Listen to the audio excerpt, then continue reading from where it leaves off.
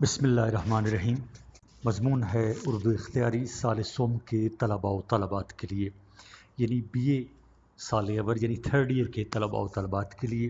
Syllabus be اے اردو سال اول، نیا نصاب پرچہ الف، وقت 3 گھنٹے، کل نمبر 75۔ سوال نمبر 1، مشمولہ نثری اسباق میں سے منتخب کردہ 3 اقتباسات میں سے 2 کی تشریح سیاق و سباق کے حوالے سے۔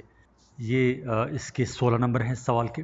سوال نمبر 2، مشمولہ غزلوں 10 اشعار میں سے 6 اشعار کی تشریح شاعر کے حوالے سے۔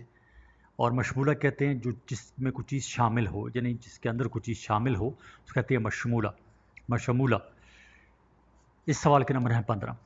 سوال نمبر 3، کسی ایک سبق کا خلاصہ اور اس کا تنقیدی جائزہ 2 میں سے 1۔ اس سوال کے نمبر ہے 12۔ سوال نمبر 4، کسی غزل گو شاعر کے فن کا تنقیدی جائزہ 2 آپ کو دیے ہوں گے، اس میں سے آپ نے ایک کرنا ہوگا، یا نصاب میں شامل کسی نثر نگار کے فن کا تنقیدی جائزہ۔ اس سوال کے نمبر ہے 12۔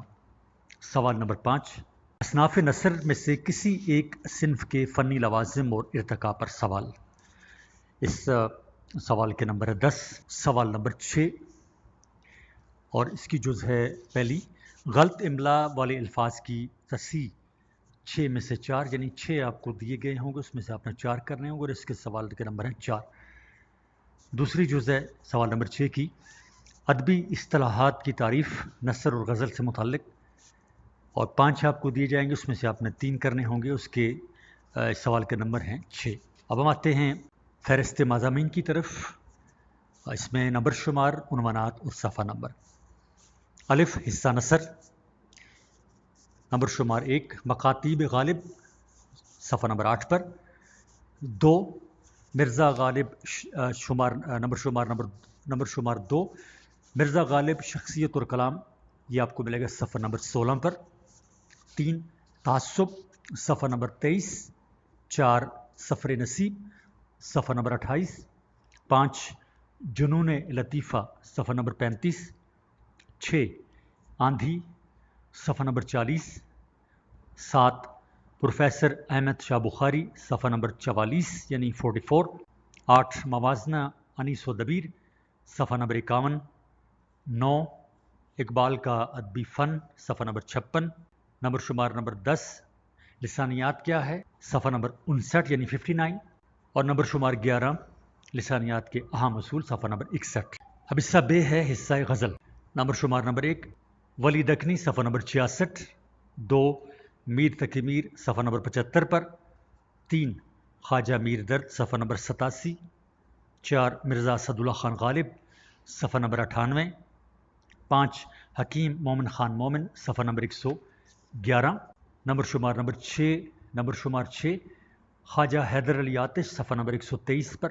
7، نواب مرزا خان داغ، صفحہ نمبر 135۔ حسرت موہانی، نمبر شمار 8، حسرت موہانی، صفحہ نمبر 148 پر۔ 9، علامہ اقبال، صفحہ نمبر 159 یعنی 159 پر۔ 10، ناصر کاظمی، صفحہ نمبر 171۔ 11، احمد فراز، صفحہ نمبر 181۔ آگے ہے نثری اسباق کے خلاصہ جات، صفحہ نمبر 194۔ نثر نگار اور کلام کی خصوصیات، صفحہ نمبر 222۔ غزل گو شہراء اور خصوصیات کلام، صفحہ نمبر 266 یعنی 266۔ اصناف نثر، صفحہ نمبر 315۔ املا کے جدید اصول، صفحہ نمبر 356۔ ادبی اصطلاحات نثر و غزل، صفحہ نمبر 374۔ اور آخری عنوان ہے اردو غزل پر ایک نظر، صفحہ نمبر 394۔ اور یہ صفحہ نمبر 394 سے شروع ہو کر 400 تک یہ جائے گا، اور صفحہ نمبر 400 آپ کی کتاب کا آخری صفحہ ہے، صفحہ نمبر 400 پر آپ کی کتاب کا اختتام ہوگا۔ اور اب ہم شروع کرتے ہیں صفحہ نمبر 8 سے، اور اس میں پہلا عنوان ہے مکاتیب غالب، اور نمبر 1، بنام میر مہدی مجروح، مشکل الفاظ کے معنی۔ سب سے پہلے ہوگا لفظ، پھر اس کا معنی، پھر لفظ اور پھر معنی۔ میں پہلے لفظ بولوں گا، پھر اس کا معنی ہوگا، اور جو میں کہوں گا صفحہ نمبر فلاں پہ، تو یہ کیونکہ یہ جو آپ پڑھ رہے ہیں یہ نوٹس ہیں، کلاسک نوٹس ہیں اردو اختیاری کے، تو جو صفحہ نمبر جو کہا جائے گا اس کا مطلب ہوگا کہ جو اصل جو کتاب ہے اردو کی 3rd ایئر کی اختیاری کی، اس کا صفحہ نمبر ہوگا. یہ آپ ذہن میں رکھیے گا کہ اس کا صفحہ نمبر پہ فلاں چیز ہوگی. تو شروع کرتے ہیں مشکل الفاظ کے معنی، اور یہ ہیں صفحہ نمبر 32 پر کتاب کے. لفظ ہے ناچار، معنی ہے اس کا عاجز. لفظ ہے سرگزشت، معنی ہے اس کا حال یا داستان. میعاد، مقررہ وقت. تقصیر، قصور. آپ ذہن میں رکھیے گا جو میں پہلا بول رہا ہوں وہ لفظ ہے اور دوسرا اس کا معنی ہے. اب اس طرح یہ لفظ ہے ہنوز، اور اس کا معنی ہے ابھی، کہ مجرد یعنی اکیلا. استماع، غور سے سننا. شدت، سختی. پاسبانی، رکھوالی. قناعت، جو مل جائے اس پر راضی ہونا. اب صفحہ نمبر 33 پر اپنی کتاب میں، اردو کی کتاب میں، آپ اس چیز کو پا سکتے ہیں، دیکھ سکتے ہیں. یہ باقی جو الفاظ ہیں: کیفیت، حالت، اقامت، قیام. مدار، انحصار. مقدور، طاقت. مہورت، شگن. اخراج، شہر بدر کرنا. اہم عبارت کی تشریح. عبارت نمبر 1 نواب مصطفیٰ خان، اور یہ چل رہی ہے عبارت آگے اور یہ ختم ہوتی ہے نواں دن ہے تک، اور یہ آپ کی کتاب کی ہوگا صفحہ نمبر 32 پر. یہ میں آپ کو دوبارہ بتا دیتا ہوں، آپ اپنے ذہن میں رکھیے کہ یہ ہم پڑھ رہے ہیں کلاسک نوٹس اردو اختیاری سال سوم کے طلباء و طلبات کے لیے. اور جو میں بول رہا ہوں صفحہ نمبر فلاں، تو اس کا مطلب ہے کہ آپ کی جو اصل جو کتاب ہے، یہ تو نوٹس ہیں، اردو کی جو کتاب ہوگی اسی سے ساری چیزیں لکھنی ہیں، تو اس کا صفحہ نمبر مراد ہوگا کہ اس کو یہ عبارت، یہ سیاق و سباق، یہ تشریح، جو بھی چیز ہے وہ آپ اس کے اپنی کتاب کے صفحہ نمبر فلاں پر بھی اس کو دیکھ سکتے ہیں، پا سکتے ہیں. تو ابھی ہے اہم عبارت کی تشریح. عبارت نمبر 1 نواب مصطفیٰ خان، اور یہ عبارت آگے چل رہی ہے اور یہ ختم ہوتی ہے نواں دن ہے تک، اور آپ کی کتاب پر یہ آپ کو ملے گا صفحہ نمبر 32 پر. سیاق و سباق. یہ عبارت میر مہدی مجروح کے نام خط کا ابتدائی پہرا ہے. حوالہ متن. یہ عبارت خط بنام میر مہدی مجروح سے لی گئی ہے. صفحہ نمبر 9. مصنف مرزا غالب. تشریح. نواب مصطفیٰ خان کو 7 سال کی قید کی سزا ہوئی تھی. اب ان کا قصور معاف ہو گیا ہے اور وہ رہا ہو گئے ہیں. ابھی صرف رہائی کا حکم آیا ہے. جہانگیر آباد کی زمینداری اور دلی کی جائیداد اور پینشن کے بارے میں ابھی کوئی فیصلہ نہیں ہوا ہے. رہا ہونے کے بعد وہ میرٹھ میں اپنے ایک دوست کے مکان پر رہائش پذیر ہیں. میں خود یہ خبر سننے کے لیے میرٹھ گیا اور 4 دن وہاں رہا، پھر واپس آیا. مجھے آنے جانے کی تاریخ یاد نہیں، البتہ ہفتہ کو یہاں سے گیا تھا اور منگل کو گھر واپس آیا تھا. آج بدھ کا دن ہے اور فروری کی 2 تاریخ ہے. آج مجھ کو واپس آئے نواں دن ہے. دوسرا عنوان ہے خط بنام یوسف مرزا، مشکل الفاظ کے معنی، اور یہ آپ کو اپنی کتاب میں ملے گا صفحہ نمبر 34 پہ. لفظ ہے سودائی، اس کا معنی ہے دیوانہ. ہجوم غم، غم کی کثرت. باور، مان لینا. غضب، بے انصافی. غم مرگ، موت کا غم. فراق، جدائی. بے چراغ، ویران. تیر و تار، بہت بھاری، بہت باریک. اغنیا، دولت مند لوگ. تاب لانا، برداشت کرنا. تحمل، برداشت. ضعف قوی، بہت زیادہ کمزوری. صاحب فراش یعنی بیمار آدمی. خلت فاقرہ یعنی باعث فخر پوشاک. پوشاک کہتے ہیں پہننے کی چیز کو، لباس کو. صفحہ نمبر 10. مقبول، پسندیدہ. مردود، نالائق. مخبر، خبر دینے والا. مفسد، جھگڑالو. التزام، کسی بات کو لازم کر لینا. جہاں پناہ، بادشاہ. مداح، تعریف. ممدوح، تعریف کیا گیا. دستگاہ سخن، کلام کی طاقت. گدائی، فقیری. املاک، جائیداد.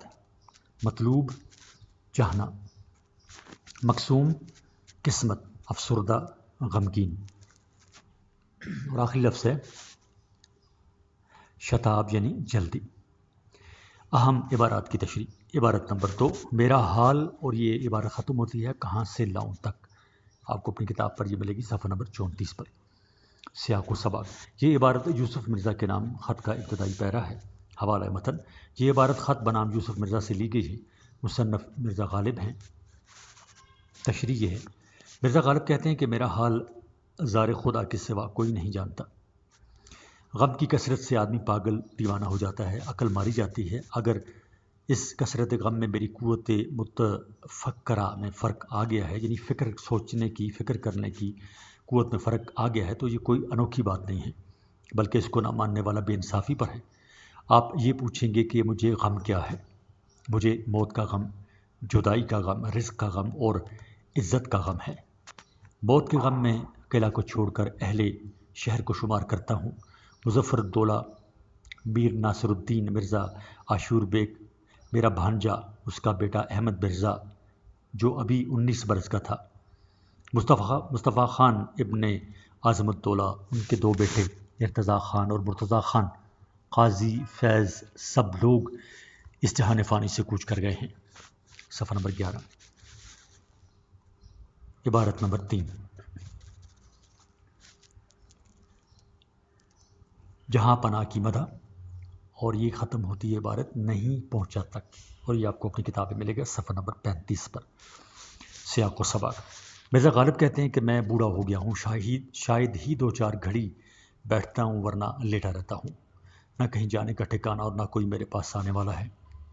دربار جاتا تھا، خلت پاتا تھا، اب وہ ضرورت نظر نہیں آتی، نہ مقبول ہوں نہ مردود ہوں، نہ بے گناہ ہوں اور نہ گنہگار ہوں۔ 2 مہینے میں ایک قصیدہ لکھا ہے جس میں اپنا تمام حال بیان کیا ہے، اس کو مفتی میر صاحب کو دکھا دینا۔ حوالہ متن۔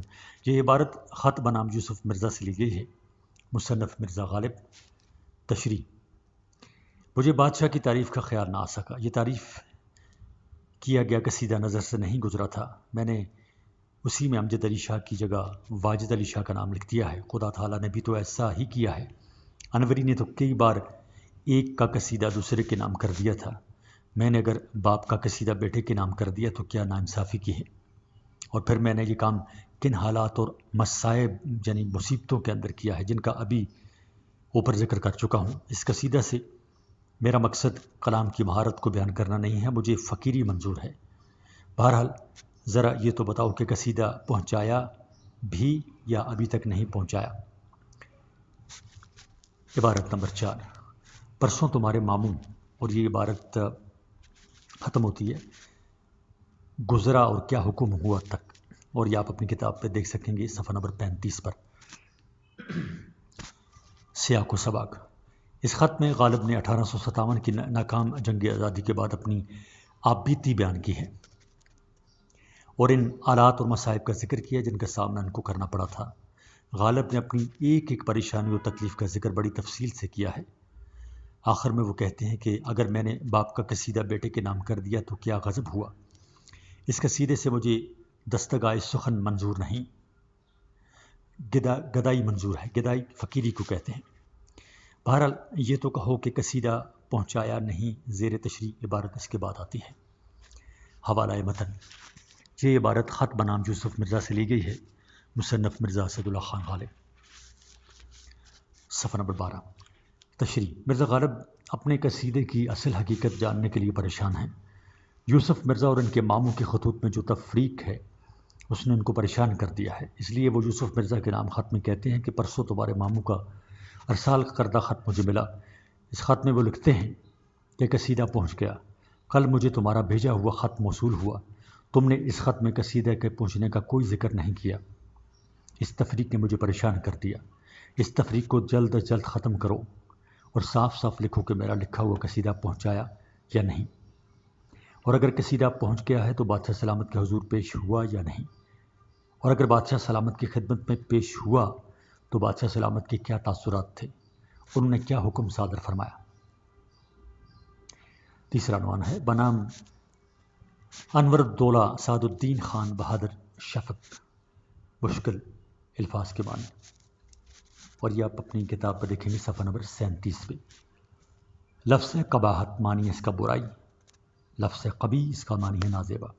نگارش تحریر، متصور خیال کیا گیا، بندگی عبادت، بیچارگی بے بسی، پے بپے مسلسل، ناموس عزت، سراسر کل یا تمام، تپ بخار، بیڑا پار ہونا مشکل آسان ہونا، درکار ضرورت، رخصت چھٹی، اکابر بڑے لوگ، صفحہ نمبر 13۔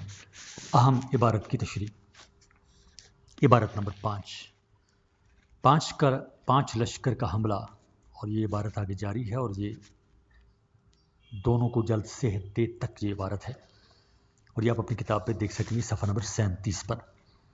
سیاق و سباق، دونوں خط بے رنگ ڈالے تھے، کس طرح تلف ہو گئے یعنی ضائع ہو گئے۔ خیر اب بہت دن گزرنے کے بعد کیا شکوہ کیا جائے، باسی کڑھی میں کیوں ابال آئے، بندگی عاجزی ہے۔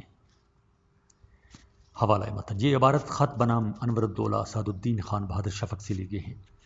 مصنف مرزا غالب۔ تشریح، اس شہر پر 5 لشکروں نے حملہ کیا۔ پہلا حملہ لشکر باغیوں نے کیا اور اس شہر میں رہنے والوں کا اعتبار لٹ گیا۔ دوسرا حملہ لشکر خاکیوں نے کیا اور اس میں جان و مال، عزت و آبرو، مکان اور مکان میں رہنے والے، آسمان و زمین اور زندگی کے نشانات سب کچھ مکمل طور پر تباہ ہو گئے۔ تیسرا حملہ لشکر قحط کا تھا، اس میں ہزاروں آدمی بھوک سے مر گئے۔ چوتھا حملہ لشکر حیضہ کا تھا، اس میں بھی بہت سے لوگ مر گئے۔ پانچواں حملہ لشکر بخار کا تھا، اس میں کم آدمی مرے مگر طاقت و توانائی بہت زیادہ لوگوں کی ضائع ہو گئی۔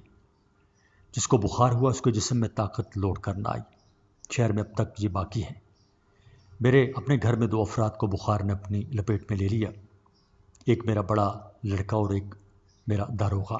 خدا تعالیٰ سے دعا ہے کہ ان دونوں کو جلد صحت عطا فرمائے۔ چوتھا عنوان ہے بنام منشی ہرگوپال تفتح، مشکل الفاظ کے معنی، اور یہ آپ کو اپنی کتاب پہ ملیں گے صفحہ نمبر 39 پر۔ مرکب یعنی ملا ہوا، منطق یعنی گفتگو، طلبگار چاہنے والا۔ ایسے منطق گفتگو کو بھی کہتے ہیں، اور منطق سے مراد عقلی بات بھی ہوتی ہے، کہ کہتے ہیں نا فلاں یہ اس میں کیا منطق ہے، اس میں کیا عقل والی، کیا سمجھ والی، کیا دماغ والی بات ہے۔ طلبگار چاہنے والا۔ مبدأ فیض کا سرچشمہ، صفحہ نمبر 14۔ لفظ ہے دستگاہ، مطلب ہے اس کا طاقت، مہارت۔ تفاوت فاصلہ یا دوری۔ مولد جائے پیدائش۔ سماعت سننا۔ جود بخشش۔ قوافی قافیہ کی جمع۔ ریختہ اردو کے اشعار۔ قافیہ پیمائی، قافیہ ڈھونڈ کر نظم لکھنا۔ مستعمل کام میں لایا ہوا یعنی استعمال کیا ہوا۔ فصیح خوش بیاں۔ حاجت ضرورت، قیاس اندازہ۔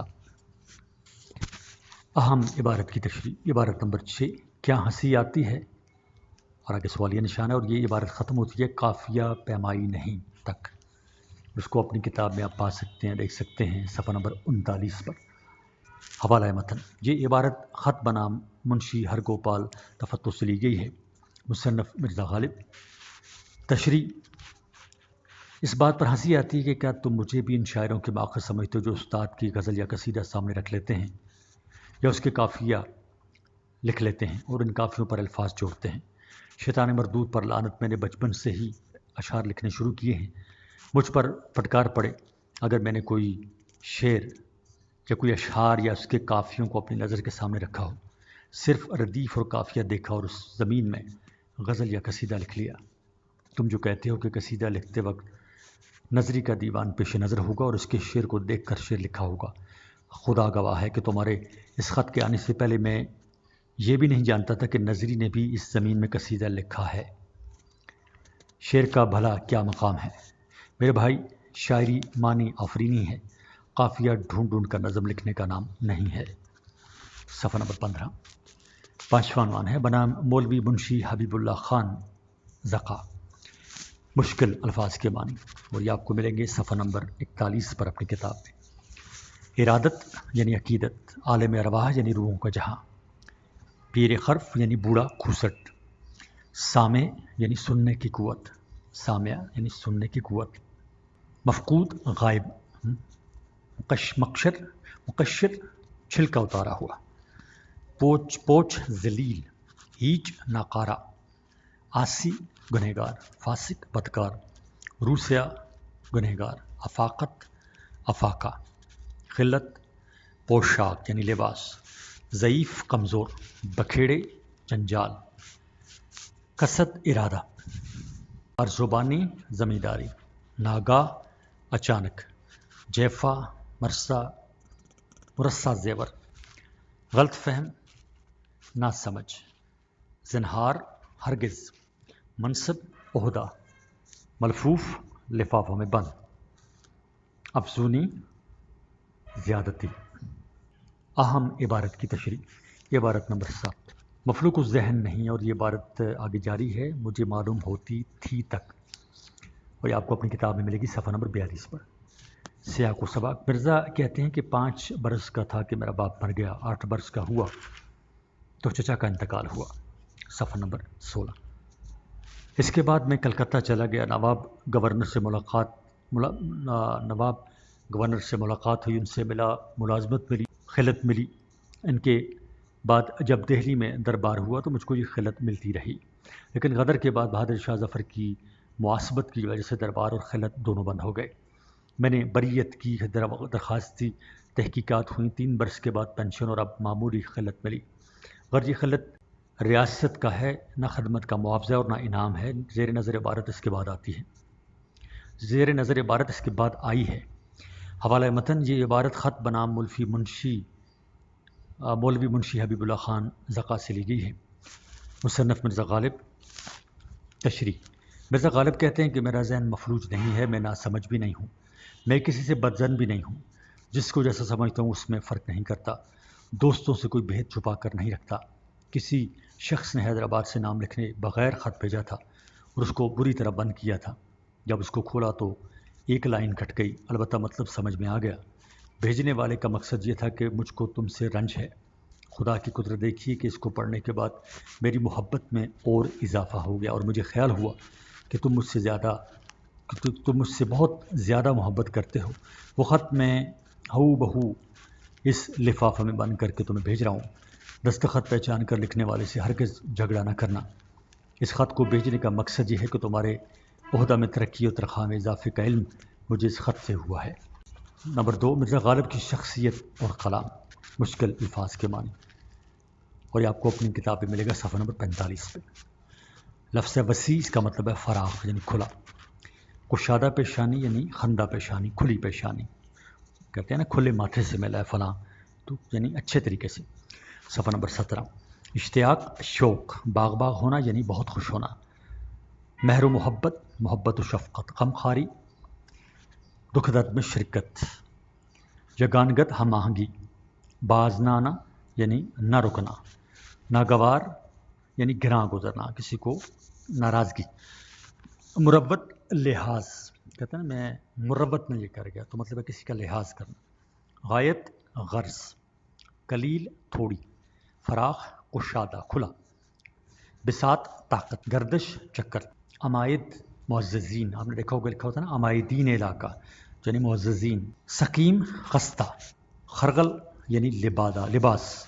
شدت یعنی سختی۔ دراکی یعنی سمجھ بوجھ۔ جودت یعنی لیاقت۔ سرعت یعنی تیزی۔ قوی، تیز، قلم بند کرنا، لکھنا۔ مشتاق یعنی خواہش مند۔ ظرافت، خوش طبعی۔ ظریف یعنی لطیفہ گو۔ حیوان ناطق، انسان، حیوان ناطق کا مطلب ہے انسان۔ تردد یعنی پس و پیش۔ ملفوظات یعنی منہ سے بولی ہوئی بات۔ ضخیم، بڑے حجم والی، کہتے ہیں نا بڑی ضخیم کتاب ہے، یعنی بڑے حجم والی ہے، بڑے صفوں والی ہے، زیادہ لمبی ہے، طویل ہے۔ مقدور، طاقت۔ خودداری، غیرت، عزت۔ وضع، طور طریقے۔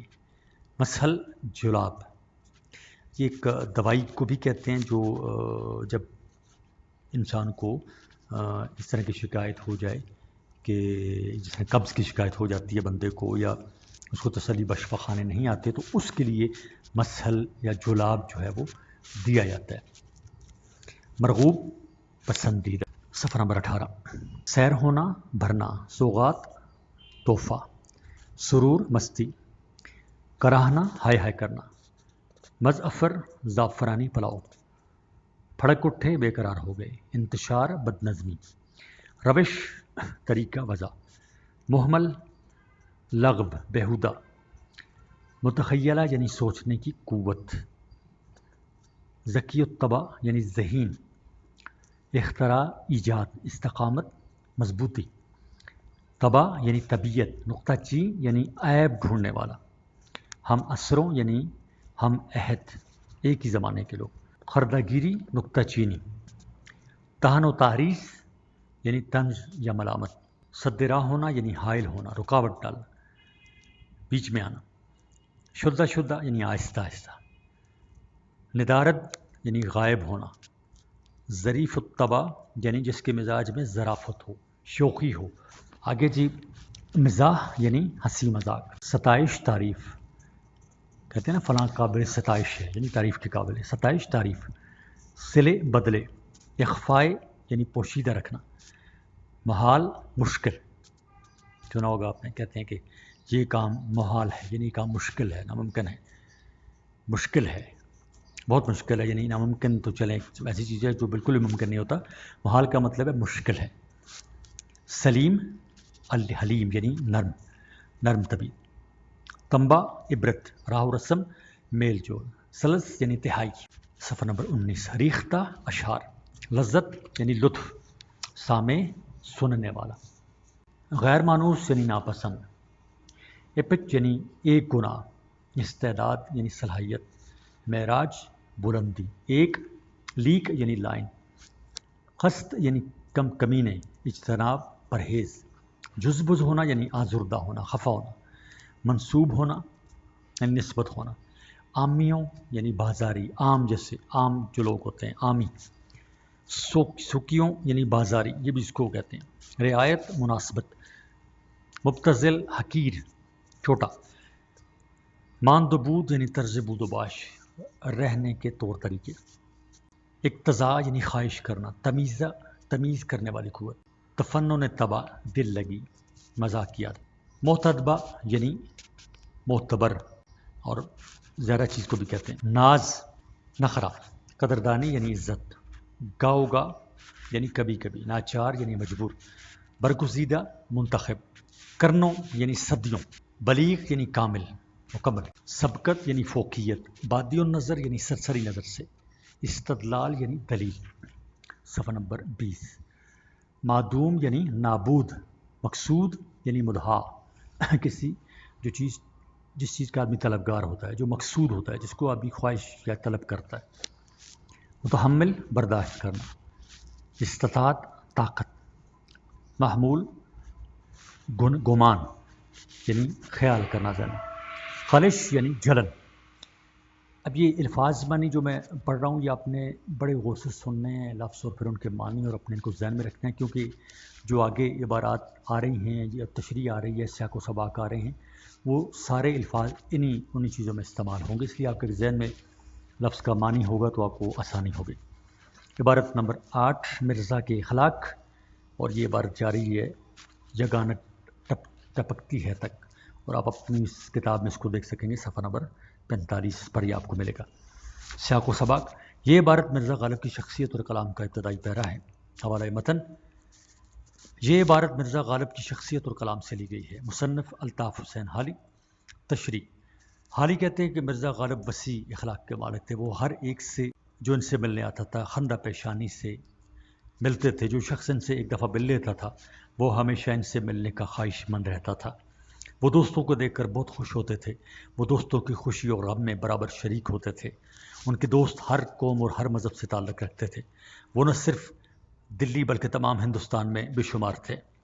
انہوں نے اپنے دوستوں کو جو خطوط لکھے ہیں ان کے ایک ایک حرف سے محبت و شفقت، دکھ درد میں شرکت اور قرابت داری کا احساس ہوتا ہے۔ عبارت 9، اگرچہ مرزا کی آمدنی، اور یہ عبارت جاری ہے یہاں تک، اکثر تنگ رہتے تھے تک، اور اپنی کتاب میں آپ اس کو دیکھ سکتے ہیں، پا سکتے ہیں صفحہ نمبر 45 پر۔ سیاق و سباق اس کا یہ کہ مرزا کے اخلاق بہت وسیع تھے، وہ ہر ایک سے خندہ پیشانی سے پیش آتے تھے، دوستوں کو دیکھ کر وہ باغ ہو جاتے تھے، یعنی خوش ہو جاتے تھے، ان کے دوست ہر قوم اور مذہب سے تعلق رکھتے تھے، وہ ہر خط کا جواب دینا اپنی ذمہ داری خیال کرتے تھے، مربت اور لحاظ ان کی طبیعت میں بہت تھا۔ حوالہ متن، یہ عبارت مرزا غالب کی شخصیت اور کلام سے لی گئی ہے۔ صفحہ نمبر 21، مصنف مولانا الطاف حسین حالی۔ تشریح، اگرچہ مرزا غالب کی آمدنی بہت تھوڑی تھی مگر ان کا حوصلہ بہت زیادہ تھا، ان کے دروازے سے کوئی سوال کرنے والا خالی نہ جاتا تھا، ان کے مکان کے سامنے لنگڑے لولے اور چلنے پھرنے سے معذور مرد اور عورتیں ہر وقت پڑی رہتی تھیں۔ غدر جنی جنگ کے بعد ان کی آمدنی، غدر جنگ کو کہتے ہیں، ان کی آمدنی 150 روپے کے سے کچھ زیادہ ہو گئی تھی۔ ان کے کھانے پینے کا خرچ زیادہ لمبا چوڑا نہ تھا۔ وہ غربا اور محتاجوں کی امداد اپنی حیثیت سے بڑھ کر کرتے تھے، اس لیے وہ اکثر تنگ رہتے تھے، یعنی تنگ دست رہتے تھے مالی طور پر۔ عبارت نمبر 10، فکر شعر کا یہ طریقہ اور یہ عبارت جاری ہے قلم بند کر لیتے تک، اور یہ آپ اس کو دیکھ سکتے ہیں اپنی کتاب کے صفحہ نمبر 46 پر، اس کو آپ فائنڈ کر سکتے ہیں، پا سکتے ہیں صفحہ نمبر 46 پر۔ سیاق و سباق، حالی کہتے ہیں کہ مرزا کے اخلاق بہت وسیع تھے، وہ دوستوں کو دیکھ کر باغ باغ ہو جاتے تھے، اگرچہ ان کی آمدنی تھوڑی تھی مگر ان کا حوصلہ بہت بلند تھا۔ کلکتہ میں لوگوں نے ان کے کلام پر اعتراض کیے تھے۔ غالب نے ایک اعتراض کے 10 12 سندیں اساتذہ کے کلام سے لکھ کر ان کو بھیجی تھی۔ برہان آتے پر جو کچھ انہوں نے لکھا وہ محض اپنی یاداشت کے بھروسے پر لکھا۔ زیر تشریح عبارت اس کے بعد آتی ہے۔ حوالہ متن، یہ عبارت مرزا غالب کی شخصیت اور کلام سے لی گئی ہے۔ مصنف الطاف حسین حالی۔ تشریح، مولانا الطاف حسین حالی کہتے ہیں کہ مرزا غالب کے کلام سے ان کی غیر معمولی ذہنیت اور قابلیت کا پتہ چلتا ہے۔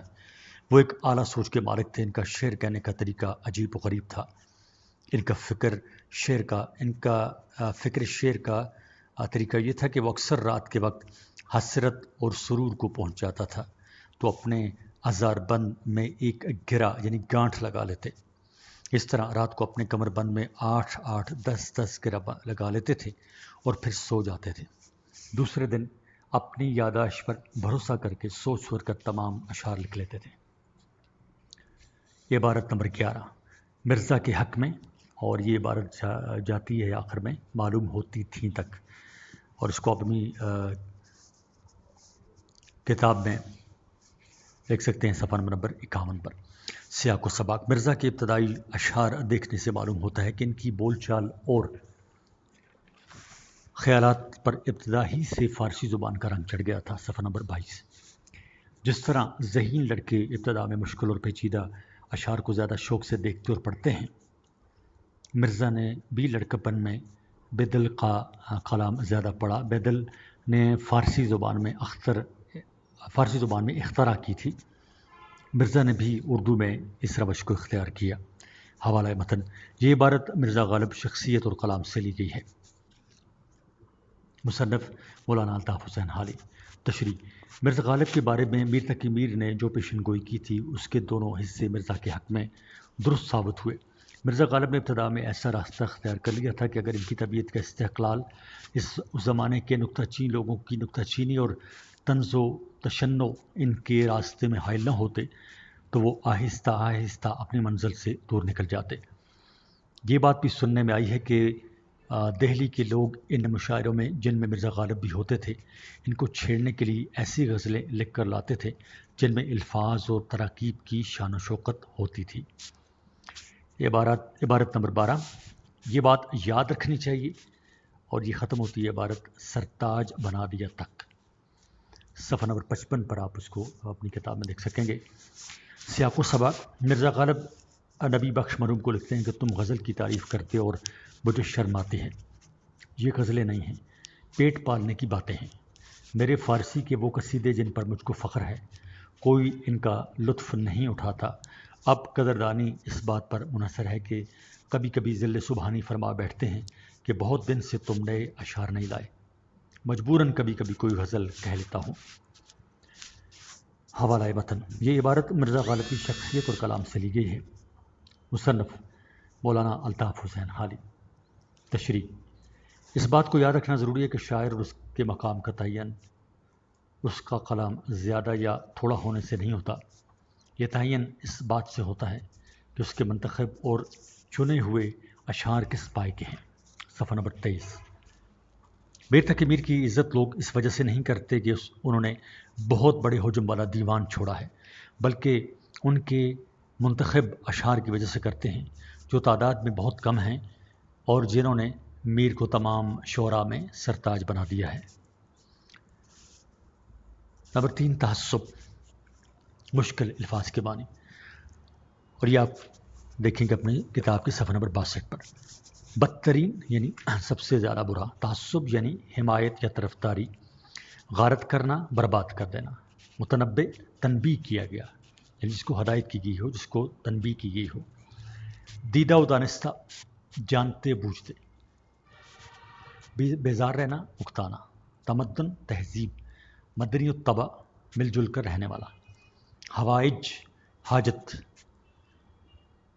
بجز سوائے، منحرف باغی، مائل ہونا رجوع کرنا، مقتضا تقاضا، منفعت نفع، جاہل بے خبر، ناواقف بے خبر، فضل علم، دانش یعنی علم و عقل، سمجھ بوجھ، تہذیب یعنی شائستگی، شائستگی یعنی خوش اخلاقی، جاؤ حشمت یعنی شان و شوقت، پست ذلیل، پست کا مطلب ہے ذلیل، خواری ذلت، بدگمانی یعنی بدظنی، کسی کے بارے میں غلط خیالات رکھنا یا غلط سوچنا۔ صفحہ نمبر 24، معزز عزت والا، حقارت نفرت سے، توصیف یعنی تعریف، نادانی بے وقوفی، مشتبہ مشکوک، ضعیف کمزور، برہمی ناراضگی، پختہ یعنی پکا، معترضوں یعنی اعتراض کرنے والے، مستعد قمر بستہ، حارج نقصان، سری یعنی اعلانیہ کھلے طور پر واضح طور پر، اندیشہ یعنی خوف، متکبر مغرور، حقیر یعنی ذلیل، خاصہ عادت، کذب یعنی جھوٹ، فریب دھوکہ، فریب کا مطلب ہے دھوکہ، معاش یعنی روزی، تمول، تمول کہتے ہیں عزت کو، طاق یعنی گھات، گھات کا مطلب ہے کسی کی چھپ چھپ کے کسی کو دیکھنا یا اس کو نقصان پہنچانے کے لیے تیار آنا چھپ چھپ کے، مطلق قطعی، سم یعنی زہر، بھید راز، پیروی تقلید۔ اہم عبارات کی تشریح، عبارت نمبر 13، انسان کی بدترین خصلت یعنی عادت، اور یہ عبارت ختم ہوتی ہے غلطی سے نہیں نکل سکتا، یہاں تک، اس کو آپ اپنی کتاب پہ پائیں گے صفحہ نمبر 62 پر، سیاق و سبق۔ یہ عبارت تعصب کا پہلا پیرا ہے۔ اس سبق میں سر سید احمد خان نے تعصب کے نقصانات بیان کیے ہیں۔ یہ ایک بدترین خصلت ہے اور انسان کی تمام نیکیوں کو غارت یعنی ضائع کر دیتی ہے۔ متعصب اپنے تعصب کی وجہ سے لوگوں سے بیزار رہتا ہے۔ صفحہ نمبر 25، حوالہ متن۔ یہ عبارت تعصب سے لی گئی ہے۔ مصنف سر سید احمد خان۔ تشریح، سر سید احمد خان کہتے ہیں کہ انسان کی سب سے زیادہ بری عادتوں میں تعصب سب سے زیادہ بری عادت ہے۔ یہ اتنی بری عادت ہے کہ انسان کی تمام نیکیوں اور اس کے تمام اوصاف کو تباہ و برباد کر دیتی ہے۔ اگرچہ تعصب کرنے والا اپنی زبان سے کچھ نہ کہے، مگر اس کا اندازہ یہ ظاہر کرتا ہے کہ انصاف کی عادت جو بہترین انسانی عادت ہے اس میں نہیں ہے۔ تعصب کرنے والا اگر کبھی کسی غلطی کا شکار ہوتا ہے تو اپنے تعصب کی بدولت اس غلطی سے اپنا دامن نہیں چھڑا سکتا۔ عبارت نمبر 14، تعصب انسان کی، اور یہ عبارت جاری ہے، بیزار رہتا تک۔ صفحہ نمبر 62 پر آپ اپنی کتاب میں اس کو پا سکتے ہیں۔ سیاق و سبق، سر سید احمد خان کہتے ہیں کہ تعصب انسان کی بدترین خصلت ہے۔ یہ تمام نیکیوں اور خوبیوں کو برباد کر دیتی ہے۔ متعصب اگر کسی غلطی میں پڑ جائے تو وہ غلطی سے نکل نہیں سکتا۔ اس کا تعصب اس کے خلاف بات سننے اور سمجھنے، اس پر غور کرنے کی اجازت نہیں دیتا، اس کی نیکی کو پھلنے پھولنے اور عام ہونے کا موقع نہیں دیتا۔ زیر تشریح عبارت اس کے بعد آتی ہے۔ حوالہ متن، یہ عبارت تعصب سے لی گئی ہے۔ مصنف سر سید احمد خان۔ تشریح، سر سید احمد خان کہتے ہیں کہ تعصب بدترین خصلت ہے۔ یہ انسان کی تمام نیکیوں اور اس کی تمام خوبیوں کو غارت اور برباد کر دیتا ہے۔ تعصب انسان کو ہزاروں اقسام کی نیکیوں کے حصول سے روکتا ہے۔ کئی دفعہ ایسا بھی دیکھا گیا ہے کہ ایک انسان ایک کام کو بہت زیادہ عمدہ اور فائدہ مند خیال کرتا ہے، مگر تعصب کی وجہ سے اس کو کرنے سے قاصر رہتا ہے، نہیں کرتا۔ تعصب اس کو وہ کام کرنے نہیں دیتا اور وہ جان بوجھ کر برائی کا شکار ہو جاتا ہے اور بھلائی کرنے سے بیزار رہتا ہے۔ وہ انسان نیکی کرنا چاہتا ہے، اس سے مستفید ہونا چاہتا ہے، مگر تعصب اس کو وہ راہ اپنانے نہیں دیتا۔ انجام کار یہ ہوتا ہے کہ وہ نقصان اٹھاتا ہے اور نیکیوں سے دور رہتا ہے۔ صفحہ نمبر 26، عبارت نمبر 15، عقل و قواعد، اور یہ عبارت جاری ہے اور یہ ختم ہوتی ہے محروم رہتا ہے تک۔ اس کو آپ اپنی کتاب میں دیکھ سکتے ہیں صفحہ نمبر 62 پر۔ سیاق و سباق، سر سید احمد خان کہتے ہیں کہ تعصب ایک بدترین خصلت ہے، یہ تمام نیکیوں اور اس کی خوبیوں کو غارت کر دیتا ہے۔ اس کی بدولت انسان عدل و انصاف اور معقولیت کو نظر انداز کر دیتا ہے، اسی کی وجہ سے انسان بہت سے اچھے کام کرنے سے محروم رہتا ہے۔ انسان مدنی الطبع ہے، یعنی مل جل کر رہنے والا ہے، اس کو دوسروں کے تعاون اور امداد کی ضرورت ہوتی ہے، مگر متعصب اپنے تعصب کی وجہ سے دوسرے لوگوں سے ذرا دور رہتا ہے، بیزار رہتا ہے، بجز ان چند لوگوں کے جو اس کے ہم رائے ہیں، یعنی اس کے ہم خیال ہیں، اسی کی طرح ہیں، اور اس کی طرف اور کسی کی طرف وہ مائل نہیں ہوتا، اور کسی کی طرف وہ اس کی توجہ نہیں ہوتی۔ زیر تشریح عبارت اس کے بعد آتی ہے۔ حوالہ متن، یہ عبارت تعصب سے لی گئی ہے۔ مصنف سر سید احمد خان۔ تشریح، سر سید احمد خان تعصب کی برائیاں بیان کرتے ہوئے کہتے ہیں کہ متعصب معاشرتی اقدار اختیار نہیں کرتا۔ وہ کہتے ہیں کہ اگر عقل سے کام لیا جائے تو اور قواعد کی روح سے جائزہ لیا جائے تو یہ بات واضح ہوتی ہے کہ تہذیب و تمدن اور معاشرہ سے وابستہ جو باتیں زیادہ مفید، زیادہ آرامدہ اور سکون دینے والی، زیادہ لیاقت اور عزت کا باعث بنتی ہیں، ان کو انسان اختیار کرے، ان سے مستفید ہو، مگر تعصب کرنے والا شخص ان تمام نعمتوں سے محروم رہتا ہے۔ وہ ان تمام معاشرتی اقدار سے دور رہتا ہے جو باعث عزت ہوتی ہیں۔ تعصب ان کی تمام نیکیاں برباد کر دیتا ہے اور نیکی کی راہ اختیار کرنے سے روکتا ہے۔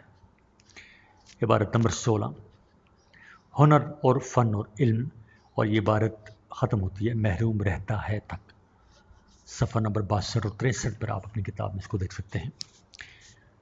سیاق و سباق، سر سید احمد خان کہتے ہیں کہ تعصب بدترین خصلت ہے، یہ تمام نیکیوں اور اس کی خوبیوں کو غارت کر دیتی ہے، یعنی ختم کر دیتی ہے، تباہ کر دیتی ہے۔ انسان مدنی الطبع ہے، وہ تنہا اپنی حوائج یعنی ضروریات کو پورا نہیں کر سکتا، اسے معاشرہ کے دوسرے افراد کے تعاون کی ضرورت ہوتی ہے۔ عقل اور قواعد کا تقاضا ہے کہ انسان ان باتوں کو اختیار کرے جو زیادہ مفید ہیں اور جن سے زیادہ عزت ملتی ہے، مگر متعصب ان سب نعمتوں سے محروم رہتا ہے۔ زیر تشریح عبارت اس کے بعد آتی ہے۔ حوالہ متن، یہ عبارت سبق جو ہے یا عنوان جو ہے تعصب سے لی گئی ہے۔ صفحہ نمبر 27، مصنف سر سید احمد خان۔ تشریح، سر سید احمد خان کہتے ہیں کہ انسان مدنی الطبع ہے، یعنی مل جل کر رہنے والا ہے، اس کے لیے لازم ہے کہ وہ ایسی عادات اپنائے جو زیادہ مفید اور عزت کی ہوں، متعصب نہ بنے، کیونکہ متعصب ان نعمتوں سے محروم رہتا ہے۔ علم و ہنر اور فن ایسی عمدہ چیزیں ہیں جن سے ہر ایک کو مستفید ہونا چاہیے، ہر ایک چیز کو اعلیٰ درجے تک حاصل کرنا چاہیے۔ متعصب علم و ہنر اور فن کے اعلیٰ درجے تک پہنچنے سے قاصر رہتا ہے، اس کا تعصب ان کے حصول میں رکاوٹ بن جاتا ہے۔ وہ صرف اپنی رائے کو اہمیت دیتا ہے، وہ تمام لوگوں سے منحرف اور بیزار رہتا ہے، وہ ترقی کی دوڑ میں پیچھے رہ جاتا ہے۔ عبارت نمبر 17، ہم مسلمانوں میں ایک، اور یہ عبارت جاری ہے، مسلمانوں کو برباد کر دیتا ہے تک، اور اس کو آپ دیکھ سکتے ہیں اپنی کتاب صفحہ نمبر 63 پر، یعنی 63 پر۔ سیاق و سباق، سر سید احمد خان کہتے ہیں کہ مجھ کو اپنے بھائیوں پر یہ بدگمانی ہے کہ وہ بھی تعصب کا شکار ہیں، اس وجہ سے ہزاروں قسم کی بھلائیوں کے حاصل کرنے سے اور اپنے آپ کو دنیا میں معزز قوم کی حیثیت سے دکھانے سے محروم ہیں اور ذلت و خواری میں مبتلا ہیں۔ میری خواہش ہے کہ وہ اس بری عادت سے نکلیں اور علم و فضل کے اعلیٰ درجے کو حاصل کریں۔ حوالہ متن، یہ عبارت تعصب سے لی گئی ہے۔ مصنف یہ عبارت سبق یا عنوان جو تعصب سے لی گئی ہے، مصنف اس کے ہیں سر سید احمد خان۔ تشریح، سر سید احمد خان کہتے ہیں کہ ہم مسلمانوں میں ایک کمی یہ پائی جاتی ہے کہ بعض اوقات وہ غلط نما نیکی کے جذبے میں سے تعصب کو اچھا خیال کرتے ہیں، اور وہ شخص جو اپنے مذہب کے معاملات میں زیادہ تعصب رکھنے والا ہو اور وہ ان تمام اشخاص سے جن کا تعلق اس کے مذہب سے نہیں ہے اور ان تمام علوم و فنون کو جو اس کے اپنے لوگوں میں نہیں ہے نفرت سے دیکھے اور برا خیال کرے، اس شخص کو لائق تعریف اور مذہب میں پکا خیال کرتے ہیں، مگر ایسا خیال کرنا بہت بڑی کوتاہی ہے جس نے بلا شبہ مسلمانوں کو تباہ و برباد کر دیا ہے۔ عبارت نمبر 18، غرض تعصب خواہ، اور یہ عبارت ختم ہوتی ہے پیدا کرتا ہے تک پر، اور اس کو دیکھ سکتے ہیں آپ اپنی کتاب کے صفحہ نمبر 65 پر۔ سیاق و سباق، متعصب شخص دوسروں کے اعتراضات کو جو اس کے مذہب پر ہوتے ہیں سننا پسند نہیں کرتا، اور اس بات کا باعث ہوتا ہے کہ مخالفوں کے اعتراضات بلا تحقیقات ہوں اور بلا جواب دیے باقی رہ جائیں۔ صفحہ نمبر 28، وہ اپنی نادانی سے تمام دنیا پر یہ بات ظاہر کرتا ہے کہ اس کے مذہب کے مخالفوں کے اعتراضات سے وہ اپنی نادانی سے تمام دنیا پر یہ ظاہر کرتا ہے کہ اس کے مذہب کو مخالفوں کے اعتراضات سے اندیشہ اور اس کے برہم ہو جانے کا خوف ہے۔ یہ باتیں مذہب کی دوستی کی نہیں ہیں بلکہ مخالفوں کے میدان جیت لینے کی ہیں۔ حوالہ متن، یہ عبارت عنوان یا سبق تعصب سے لی گئی ہے۔ مصنف ہے سر سید احمد خان۔ تشریح، سر سید احمد خان کہتے ہیں کہ تعصب خواہ دینی معاملات میں ہو یا دنیاوی معاملات میں یہ بہت زیادہ برا ہے اور اس کی وجہ سے بہت سی برائیاں جنم لیتی ہیں۔ غرور کرنا اور اپنے ساتھیوں کے سوا دوسروں کو حقیر و ذلیل خیال کرنا متعصب کی عادت ہوتی ہے۔ اس کے اصولوں کا تقاضا یہ ہوتا ہے کہ چند افراد کے علاوہ دنیا کے تمام لوگوں سے کنارہ کش ہو جائے، مگر ایسا کر نہیں پاتا، مجبوراً کسی نہ کسی سے میل ملاپ رکھتا ہے اور ظاہراً ان کے ادب و احترام اور اپنی فرما برداری کا مظاہرہ کرتا ہے۔ ایسا کرنے سے وہ اپنے اندر جھوٹ، مکاری اور دھوکہ کی بری عادت پیدا کر لیتا ہے۔ اگلا عنوان ہے سفر نصیب نمبر 4، مشکل الفاظ کے معنی، اور یہ آپ کو ملے گا اپنی کتاب کے صفحہ نمبر 69 پر، یعنی 69 پر۔ دور دراز یعنی بہت فاصلے پر، دشوار گزار وہ راستہ جس سے گزرنا مشکل ہو، برف قدہ یعنی برف خانہ، جہاں پر برف رکھی جاتی ہے جس جگہ پر، اس کو کہتے ہیں برف خانہ جس کمرے میں۔ محو پرواز اڑان میں گم، صفحہ نمبر 29۔ محیط یعنی احاطہ کرنے والا، راہی یعنی مسافر، دستک دینا یعنی کھٹکھٹانا، جلال و جمال یعنی شان و شوقت، دریچہ یعنی کھڑکی، گمراہی بے دینی، آتش پرست آگ کو پوجنے والا، حدت گرمی کی تیزی، شدت سختی یا زور، طلائی یعنی سونے کی، اور نقرئی یعنی چاندی کا، نقرئی چاندی کا اور طلائی سونے کا، انتقام بدلہ، رزم یعنی جنگ ہے نا، رزم حق و باطل ہو تو فولاد ہے عموماً، یہ رزم یعنی جنگ،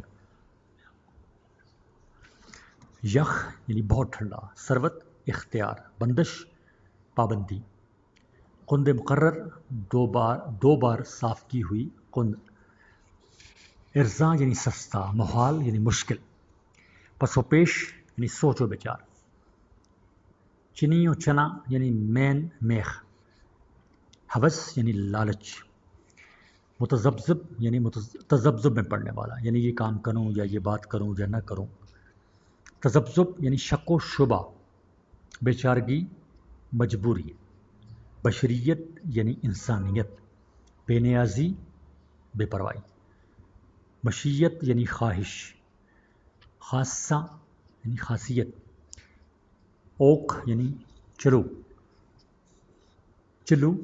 افاقہ ہوا قدر آرام ہوا، کفایت یعنی بچت، کفالت یعنی ذمہ داری، پیکر خاکی انسان کو کہا جاتا ہے، پیکر خاکی انسان، پیکر خاکی کا مطلب ہے انسان، استثناء یعنی الگ کرنا، پایاب یعنی کم گہرا، اگر ہم کہیں یہ پانی پایاب ہے یعنی کم گہرا ہے، پرقاری یعنی عیاری چالاکی، صفحہ نمبر 30۔ سیراب ہونا یعنی پانی سے بھرا ہونا، ستر پوش یعنی شرمگاہ کو چھپانا، اریاں ننگا، گنجلک شکن یا بہت زیادہ کسی چیز کا الجھ جانا، کوہان یعنی اونٹ کی پیٹھ کی بلندی، چشم زون چشم زدن پلک جھپکتے، چشم زدن پلک جھپکتے یعنی ایک دم سے اچانک سے، فرسودہ یعنی پرانا، حجاب یعنی پردہ،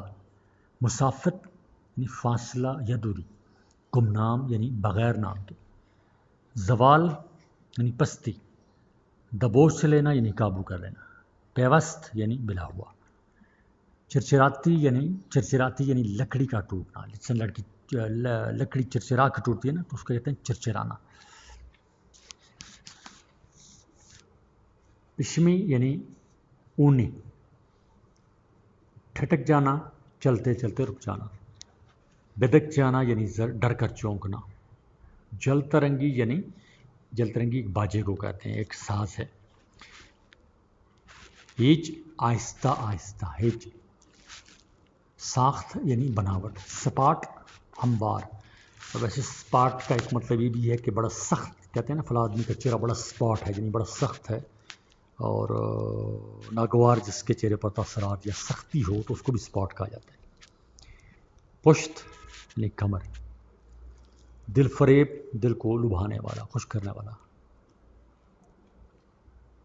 ٹک یعنی ذرا دیر، دل شاد کرنا یا دل خوش کرنا، ہرس خواہش، لوازمات یعنی سامان، آب رواں یعنی بہتا ہوا پانی، سختہ یعنی مرض بے ہوشی، ہو کا عالم یعنی ویرانہ، ماجرا یعنی قصہ، فراست دانائی عقل سمجھ، فرہنگ یعنی دانائی، ادغام ملا دینا، نیابت یعنی غائب ہونا، گوشہ کوہسار یعنی پہاڑ کا کونا، گوشہ کہتے ہیں کونے کو، اور کوہسار پہاڑ کو۔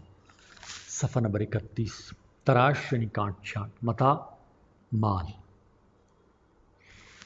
ہمراہی ساتھی، سم تال شیر، طائفہ گروہ، قطع ید یعنی ہاتھ کاٹنا، ہاتھ کہتے ہیں کاٹنے کو اور ید کہتے ہیں ہاتھ کو، ہاتھ کاٹنا، ہمراز رازدان، منش انسان، دلاویز دل کو لبھانے والا، خوش کرنے والا، دل کو پسند آنے والا،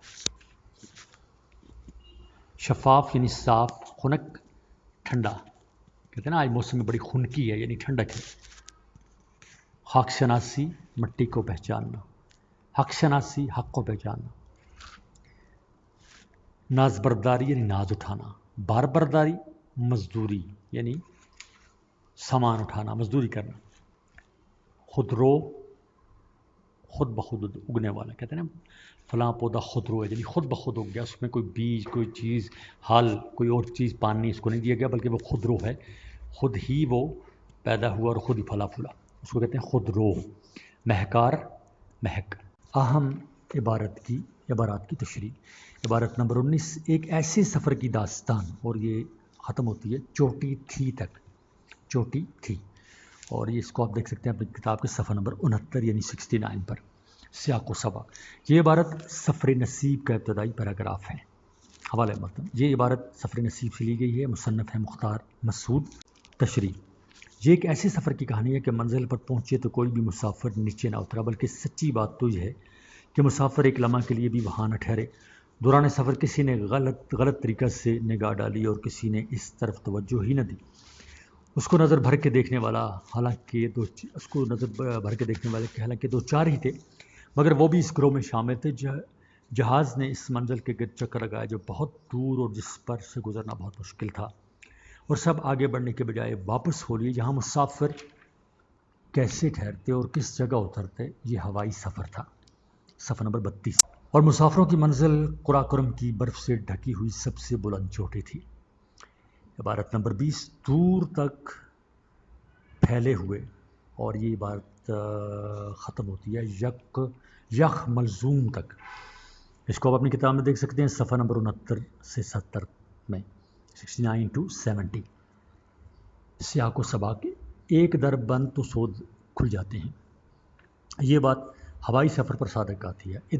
ادھر سیڑھی ہٹی اور دروازہ بند ہوا، ادھر راہی زمین کا رہتا ہے اور نہ آسمان کا۔ ذرا سی دیر میں اڑان اونچی ہو جاتی ہے، یعنی چاروں طرف خلا کے سوا کچھ نظر نہیں آتا، البتہ غور سے دیکھیں تو خلا میں دروازے ہی دروازے نظر آتے ہیں، جس دروازے پر دستے کو دیں اور جس دنیا میں چاہیں داخل ہو جائیں، جس ستارے پر جاؤ۔ حوالہ متن، یہ عبارت سبق جو ہے عنوان سفر نصیب سے لی گئی ہے،